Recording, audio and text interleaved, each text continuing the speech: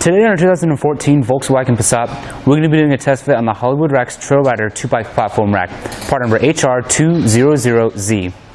Now with the bike installed, let's take a closer look and show off some of the features. Unlike most platform racks, this one cannot tilt away from your vehicle. However, you can still gain access to your trunk, depending on the bike you have installed. If we open it up, you see it still clears the handlebars right there. And this will be the case with most sedan style vehicles, that you'll be able to get in and get whatever you might need. Again, it will depend on the handlebar spread you have on your bike. Our bike has 3 different points where it's connected to the bike rack. We have 2 hook and loop straps that are securing the back wheel, and then another on the front wheel, securing them into their wheel trays. Then we have this padded frame hook putting downward force on top of the bike, forcing it down into the cradles. Those 3 points of contact are going to make sure that bike stays stable and not move at all while we're traveling. Let's go ahead and remove the bike. We'll start with these hook and loop straps. You just got to pull them off and then pull them out of those loops, like so. Now when we come to the frame hook, you do want to make sure that you have a grip on your bike. Once we release it, like so, it could fall and potentially damage your vehicle. I will point out something that might be easy for unloading.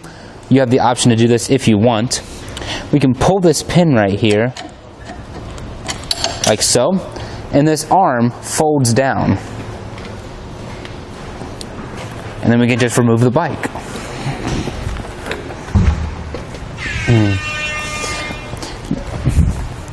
If you have this bike rack on a vehicle that's not a sedan style, more of an SUV hatchback type deal, you can still fold that arm away and then get access to your trunk, like so.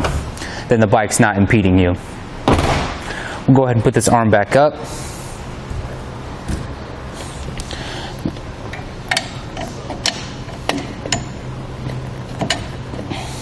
Now we'll make a few measurements. First, we're going to go from the bumper of our Passat to the outermost point of our bike rack. That's about 26.5 inches we've added onto the back of our vehicle.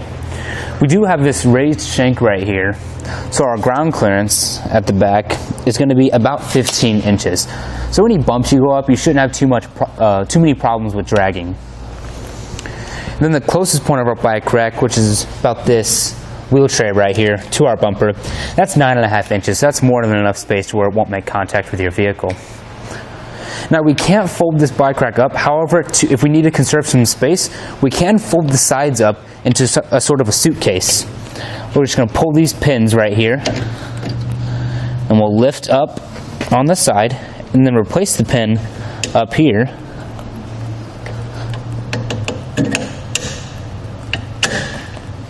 We'll do that on both sides.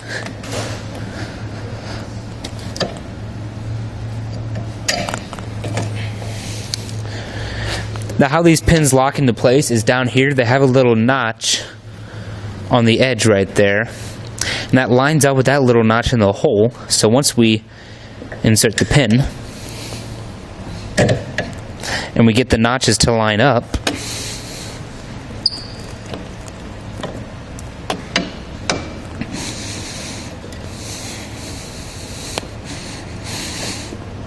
sometimes you got to wiggle around the arm, try to get that pin to go all the way through.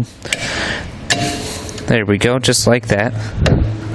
Once you get it all the way through, you just turn it like that, and it locks into place, and that pin won't come out. If we come down and take a look at how our bike rack is connected to our hitch, right now we have an 1 1/4 receiver with an anti-rattle bolt. Once we tighten that bolt down, that's going to take away the shake and play from our bike rack while we're traveling. We do have this anti-rattle lock on the other side, which is a nice security feature, so no one can remove the bike rack without the key. This bike rack is also for 1 1/4 and 2-inch hitches. You do get a sleeve to put on the end of your shank to make it compatible with 2-inch hitches. Now that we've gone over some of those features, let's show you guys how it's performed on our test course while it's fully loaded.